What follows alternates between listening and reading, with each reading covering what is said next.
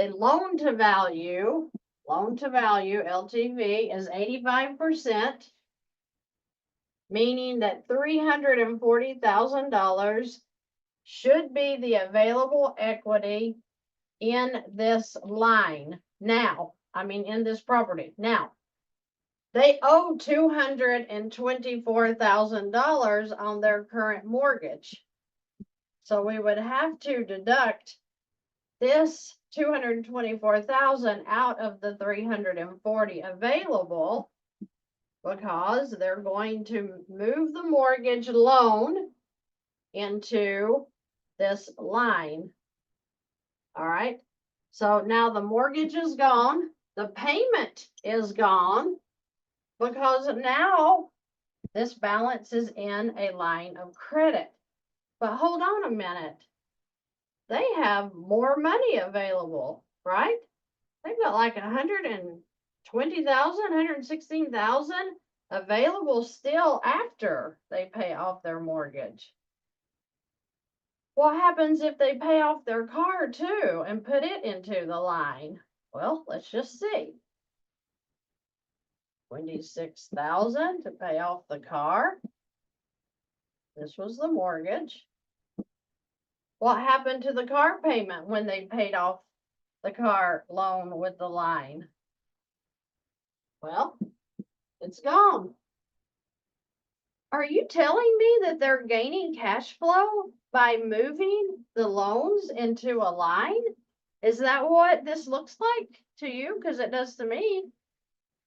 Well, what if they decided to take the credit cards at about 29% and pull them over into this line of credit?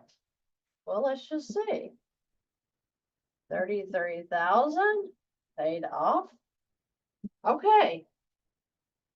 So let's add up how much debt they now have in this line of credit, which we already know is $283,000. So they now have $283,000 in one line. Their credit card debt payment is gone. Their car debt payment is gone. Their mortgage debt payment is gone. So does that mean that they gained $5,612 with one move? Just one? Okay, so if they've gained $5,612, what happens with this line of credit? How do we pay it off, and how quickly do we pay it off?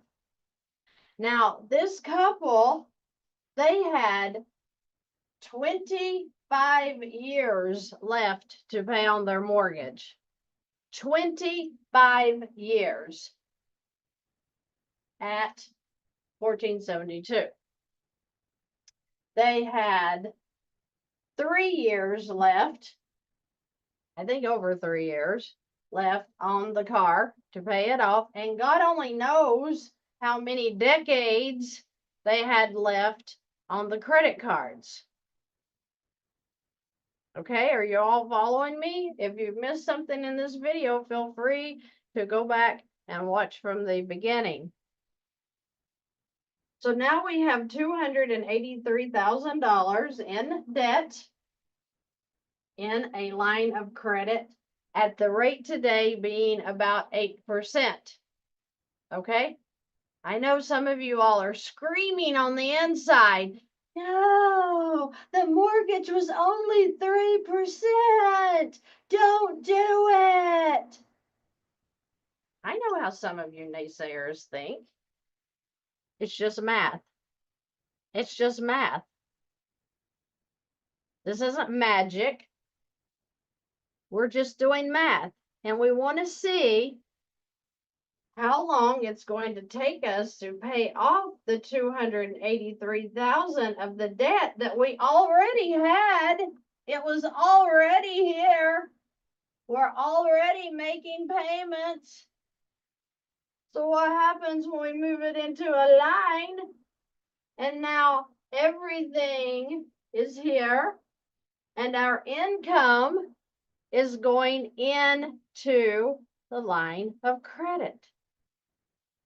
Okay, so let's just talk about this. I'm going slow because I don't want everybody to panic if I move too fast.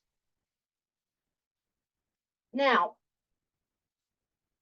if we take all of their income, and remember it was $10,200, and put it into the new balance.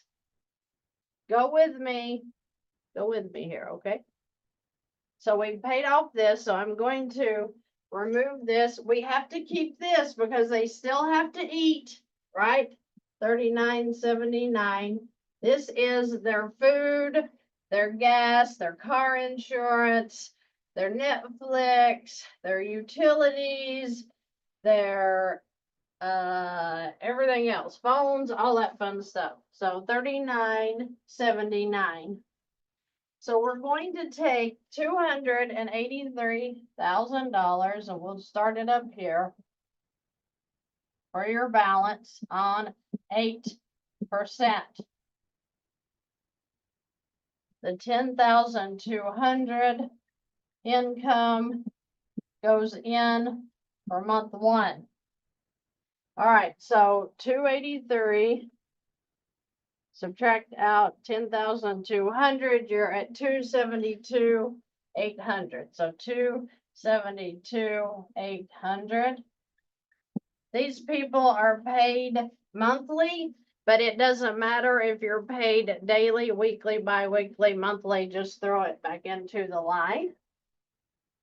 Okay, now they have to pay for their food, their gas, the electric, all of that stuff we named earlier. So here this is coming out. Now, this is their expenses. This is not going to be one chunk.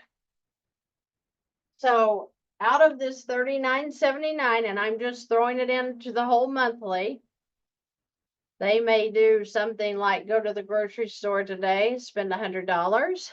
They might go get gas in their car for, $50. They may go pay Netflix, next week. So this is slowly going to be coming back out throughout the month, but we're going to just show it as one big total. Then we're going to find out how long it's going to take them to pay off the $283,000 compared to the 26-year mortgage they had left. All right. So we're going to add $39.79. That's $276,779. All right, we got to pay interest. I know somebody out there is saying she hasn't added the interest yet. So let's add the interest. So we're going to do the 8%. We're going to take it off of the high balance. They're never going to pay 8% on the high balance because the bank doesn't average daily balance. So it would be between 272,800 and 283,000. But just to show you how this is going to work for them, I'm going to take it off of the high balance. So do it with me. 283,000 times 8%. So I'm going to write it down here right quick.